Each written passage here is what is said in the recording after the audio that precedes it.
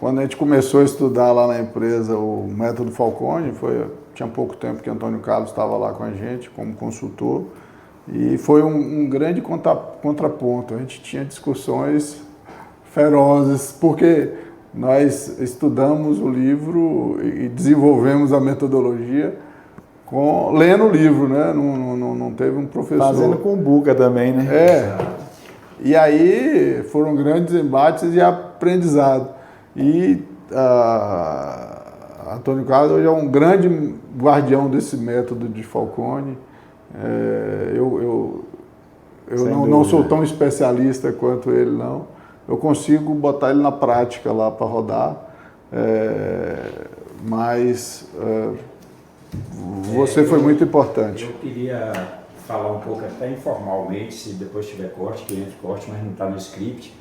Já que a gente não tem a oportunidade de estar gravando isso junto com esses caras, né, com essas feras.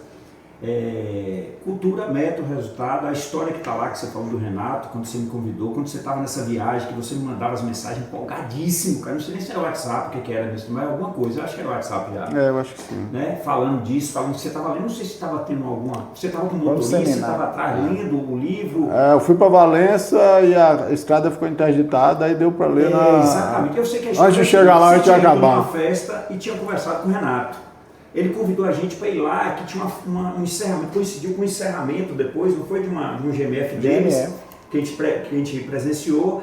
E isso, cara, mudou minha vida totalmente. Porque tudo que eu tinha de pensamento de melhoria, de gestão de pessoas, através das pessoas, porque eu sou um engenheiro, mas sou um engenheiro de gente, acho que o maior fit cultural da gente é esse, do Grupo Figossol comigo. Né?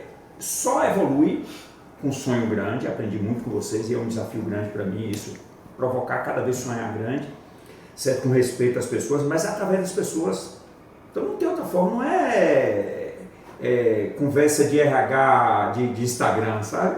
Se as pessoas não estiverem boas, você não tem uma empresa boa, você não tinha um time bom, né? Então você tem duas formas. Ou você desenvolve as pessoas, porque você tem que botar na sua cultura, uma universidade não vai formar a cultura Figossol, se a gente não formar dentro de casa, você tem uma base, mas você tem que ajustar, né? Botar dentro do eixo. Né? Se você não faz isso, você não cresce. Então, é o que a gente chama de egoísmo altruísta, eu acho muito legal isso. Para eu desenvolver o grupo Figossol, eu preciso de pessoas boas. E eu preciso investir, como o Marco Leão disse, um tempo do que eu compro dessas pessoas para elas melhorarem. Né? Então, acho que exemplo, eu agradeço demais a Isa Marcos e a todo o grupo Figossol por essa oportunidade. Sou apaixonado pelo método. Fui, através de você, também provocado a ler René Descartes, depois Deming, e aí vem nesse caminho todo Falcone e tudo que vem nessa trajetória, que é melhorar, cara. Né? Melhorar, ser melhor cada dia. Tem uma frase que abre o livro do GRD que fala assim: sua meta é ser o melhor do mundo naquilo que você faz, não há alternativas. No primeiro dia que eu li com uma coisa assim, como se fosse uma falta de humildade, mas nada mais é do que a melhoria contínua. O fato de você estar sempre esticando a meta é você estar procurando melhorar, porque é ela que gera a necessidade de acoplar conhecimento novo, né? Assim, Falcone fala muito disso. Se você não bateu a meta, é porque você ainda não sabe. Então, quando a gente fala de diretoria de CEO, quando a gente não sabe, o meu time não sabe, então eu tenho que investir no meu time. Então, a Figossol está aí, portas abertas, pelo 6º ano consecutivo, fora as rodadas de Cumbuca, né? Para investir no que é mais valioso para a gente, que são as pessoas. Ok? Vou aproveitar os cortes aqui também. Vamos lá. Planejamento estratégico, né? A gente parece, e para algumas pessoas, parece até exercício de futurologismo, né? Mãe de Ná e pá, mas não é. A palavra tem poder, o que está escrito, Maktub, tem muito mais, quando a gente persegue aquilo ali. Então, assim, quando você cria uma estratégia de crescimento com método, e você planeja, e você cria a base para aquele... Pô, se eu vou crescer, se eu quero vender mais 1000 porcos ano que vem, eu tenho que preparar minha granja para isso, eu tenho que preparar o meu comercial para isso, eu tenho que preparar a minha parte logística, produção. Então, assim, um planejamento muito grande, porque senão você chega na hora da virada, você não consegue. Se você não pensar em todos os detalhes, você produziu mais 1000 povos, mas como é que você vai entregar? Como é que você vai abater? Como é que você vai... Então, não é futurologismo, é método científico e muita determinação. Não faz sem... E quando a gente vê 10 anos, assim, falando do tempo que eu estou, a gente vê que isso estava escrito e é que a gente veio batendo as metas. As metas de sobrevivência todas foram batidas, um ponto que precisava melhorar um outro, mas foi acoplado em outro, que acoplou e veio construindo essa história, que dá confiança de saber disso exatamente, né? Não tem nada fácil, com determinação, com conhecimento, mas o que estava escrito, pelo menos de quando eu estou, 10 anos, todo ano a gente tem as metas entregues. Aqui, ajusta aqui, né? Mas eu acho que é isso aí, é escrever e botar todo mundo, como foi quem falou da meta, você falou da meta da granja, desde o cara que trabalha na maternidade até o gerente, todos sabem para onde estão indo, a direção estratégica. Né? E talvez esse podcast chegue a algumas pessoas que empreendem e a gestão é alfaiataria. Isso é uma coisa fundamental. Você não acha um modelo pronto numa loja. Você tem que ir num alfaiate, ele vai te desenhar e esse desenho você vai se movimentar, você vai dar a sua opinião, vai fazer e você vai sair com uma peça única. O nosso método foi desenhado, forjado dentro da nossa casa e isso dá muita força. Uma coisa importante, como eu disse lá atrás, escolha um método e siga. E se tiver que fazer alguma mudança, faça suavemente. Cultura é 4 anos. Então, se eu quero mudar algo, eu começo a mudar hoje, aos poucos eu vou me preparando para chegar naquele momento de eu estar. Às vezes eu converso com um amigo meu e ele fala assim, eu quero controlar a minha empresa. Você tem certeza que você quer controlar? Você não é bom em controle. A sua empresa não tem porte para isso. Faz o que você faz bem, controle de forma mais simples possível. Não adianta, a gente não consegue achar um método pronto, você não consegue reproduzir tão fácil. Pode até tentar, mas não é fácil. Mas... Bate na cultura, né?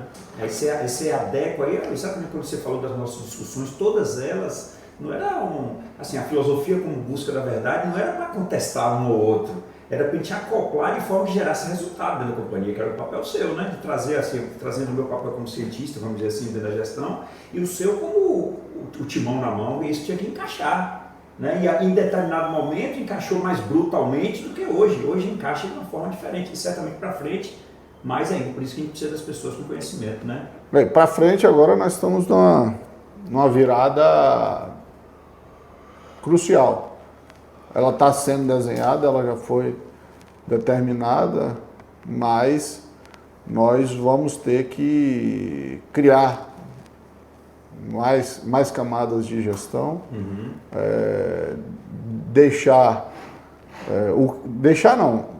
estabilizar o que a gente faz bem, porque tudo que é transacional, ele tem que seguir uma rotina, ele vai ter que fazer, a gente vai dar um pouco mais de ênfase na parte estratégica, porque você tem uma rotina bem feita, você consegue pensar em estratégia.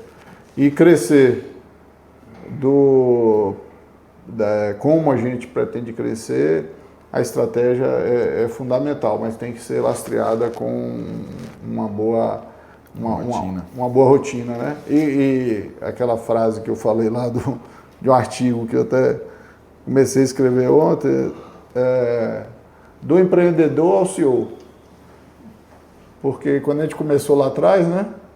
É os empreendedores, a gente faz no braço. Só empreendedor. Se precisasse ir lá na granja... Lembrar até de Manuel aqui, né? Nossa gestão era uma pessoa.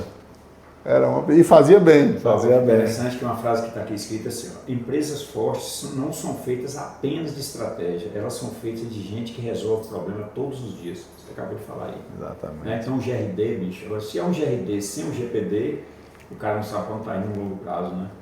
E o outro desafio que a gente vai ter, por exemplo, nós somos a nossa base, se pensar hoje, é eficiência operacional. Perfeito. E já há um bom tempo a gente está migrando para nos tornar uma empresa de mercado, né? De cliente. Obviamente, enxergava o cliente muito na ótica da nossa operação. E agora a gente tem que enxergar o cliente até a gôndola dele, até o cliente dele e como a gente vai fazer ele ajudar. Então, assim, é uma virada de chave que não vai ser rápida, mas é essencial para a gente atingir os nossos objetivos. E aí hoje que se fala tanto em propósito, né, e tal, e a gente está na nossa cultura também bem cravado lá, o que você fala tem total sentido, satisfazer o mundo com alimento de qualidade. Ou seja, a gente sabe que o DNA de industrial, né, tá em vocês são máquina de produção, e sabe que para satisfazer eu tenho que ir de lá de uma forma eficiente também, né, acho que a Laura colocou muito. Tem que entender muito o cliente, né? E quando você fala de outro nível, nada mais é do que Descartes ali, né? Já que eu tenho um problema maior, ou seja, eu tenho um crescimento maior, eu tenho que fatiar mais um pouco. E não tem jeito, tem com gente também, né? Mas essa mudança é interessante. Ontem, na reunião, tinha um observador externo, o Gustavo Santana, e aí ele falou, pô, todos os problemas de vocês, até os comerciais, vocês querem resolver no operacional, que é nosso fator de potência, né? Sim. E realmente essa é uma coisa que a gente vai ter que mudar. Então, ver o tamanho do desafio, né? São essas coisas em gestão que se a gente não... Tem acho que 6 anos que a gente percebeu isso e está tentando mudar isso, mas ainda estamos longe de chegar. Porque quando chega, o crescimento é muito grande, né? Assim, a proposta de crescimento, o sonho é muito grande. Então, quando você chega nesse, você tem outro aí. Mas é a cultura, é mudar a cultura lá. E nós vamos conseguir isso. Aí é uma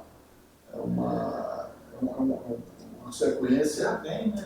Já vem. Se ele tivesse visto a gente antes, a percepção ia ser ele foi aquele cara que apoiou você no modelo, desse modelo da mesa que a gente tem hoje, né? Exatamente. É um modelo totalmente disruptivo e funcional. Não, hoje é disruptivo.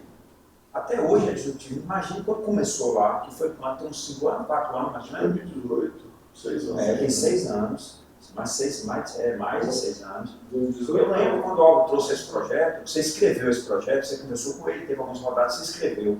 Eu acho que Gil pegou esse projeto na mão quando ele veio. Lá depois. Foi a transição. Quando o Kleber saiu da gerência, da gerência comercial. Assim, eu vou cobrar, né? Foi isso, eu quero desenhar um modelo para poder... E disruptivo, porque o modelo era totalmente disruptivo, porque ele não tinha a tecnologia que a gente tem hoje, né? Ele era totalmente diferente do que a gente fazia. Muito.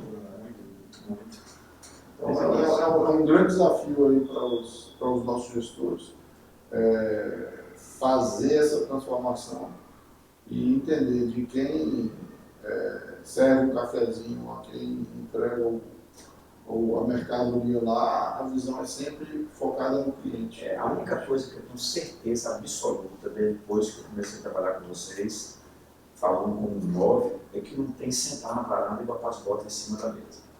Porque na hora que a gente der uma descansadinha que voltar, a gente já tem outro objetivo grande para ir. Então acho que isso representa bastante a cultura, pela minha ótica, né? Presencial não tem. Então não dá para ter aquele blues de Oxon em cima da plantação de algodão, né? Não dá não. Quando botar, os caras já querem plantar outra coisa ali, já quer produzir, o DNA do lago está forte. Né? Acho que isso aí não tem jeito, né?